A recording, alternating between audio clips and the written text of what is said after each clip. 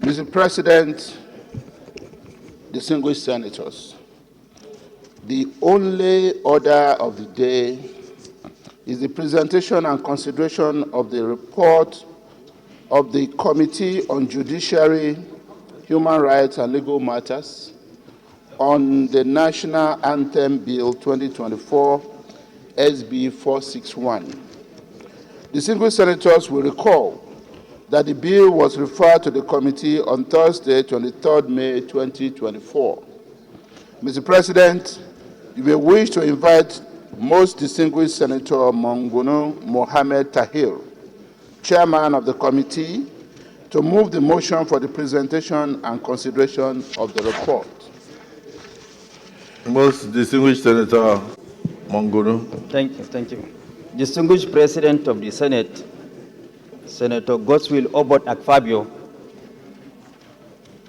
my distinguished colleagues, my name is Mohamed Tahir Monguno. I represent Borno North Senatorial District. I hereby move that the Senate do receive and consider the report of the Committees on Judiciary, Human Rights and Legal Matters and the Federal Character and Intergovernmental Affairs on the National Anthem Bill 2024 SB 461 be received and considered. I so move. Distinguished Senator Issa Jibril.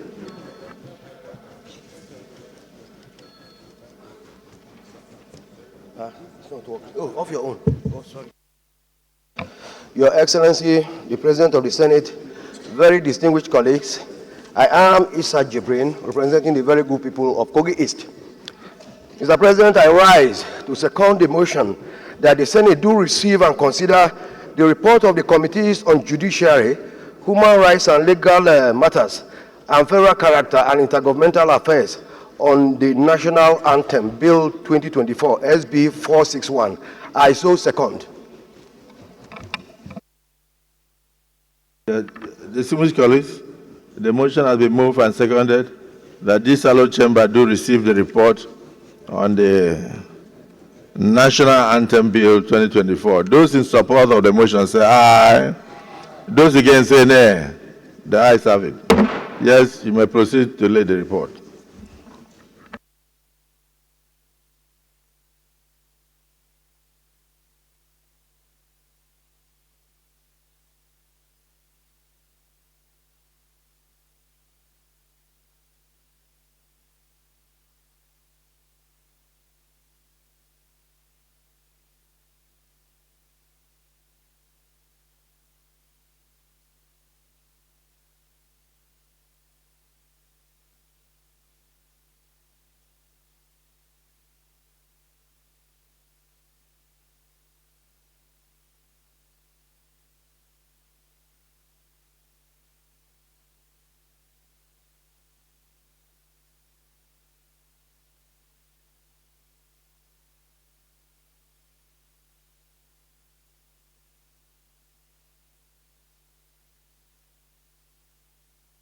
Distinguished Senator Monguno, you may wish to summarize your report. Distinguished President of the Senate, distinguished senators, my name is Mohamed Tahir Monguno. I represent Borno North Senatorial District. Mr. President, before I formally read my report, I want to correct one impression, and which is the submission by the learned Attorney General of the Federation to the effect that this bill should be subjected to zonal public hearings, should be subjected to referendum, should be subjected to concurrence of the state houses of assembly, and should also be subjected to the concurrence of the Federal Executive Council. I beg to disagree with him. Are you doing a constitution? Yes, that is what I want to say. Because even when he made that submission, quite a number of members of our committee disagreed with him that this is an ordinary bill, and the process for lawmaking in a bill is first reading, second reading, public hearing, then consideration, and third reading. And that is exactly what we are doing. The process he came and initiated is a process that concerns the amendment of the Constitution. We are not amending the Constitution, and therefore we are not supposed to follow that fact. The fact that we are following is in consonance with our rules and is also in consonance with the Constitution of the Federal Republic of Nigeria. I beg to disagree, and the committee disagreed with the submissions made by the Federal Attorney General. And then, Distinguished Senator Mongunu, the Attorney General is not a lawmaker. He's not a lawmaker. And then you are the lawmaker. We are the lawmakers. So, Senator, Yes, go ahead. Are you agreeing with him?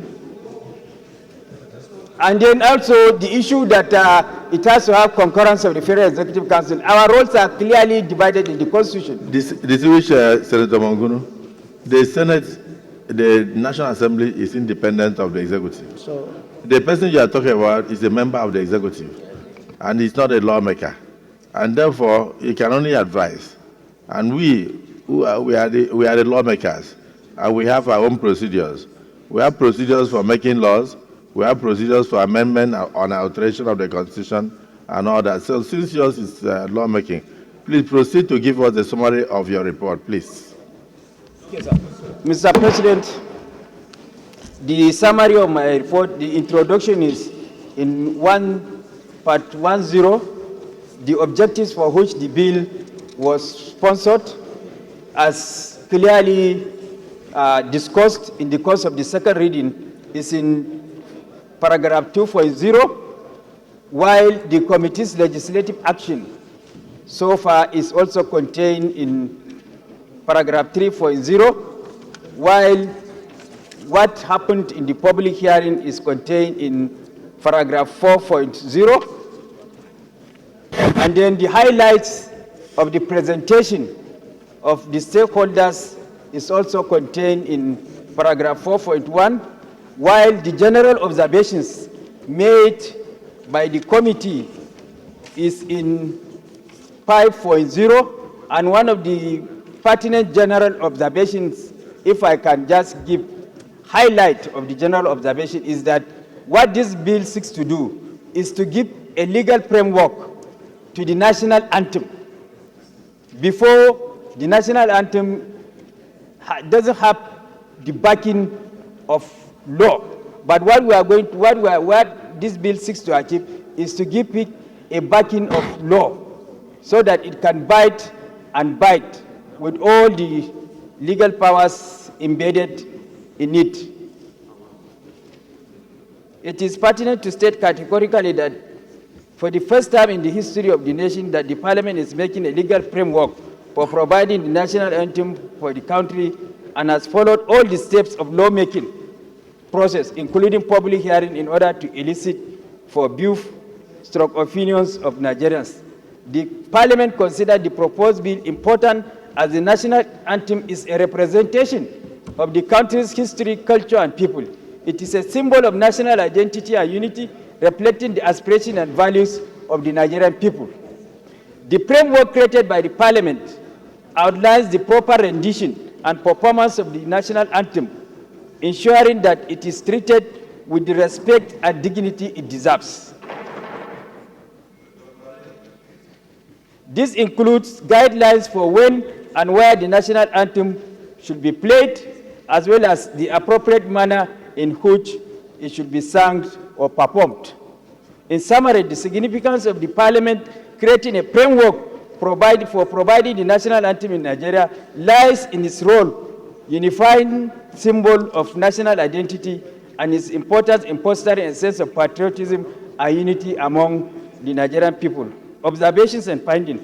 After the public hearing, the committee critically and painstakingly analyzed the presentation made and juxtaposed it in line with the provisions of the bill.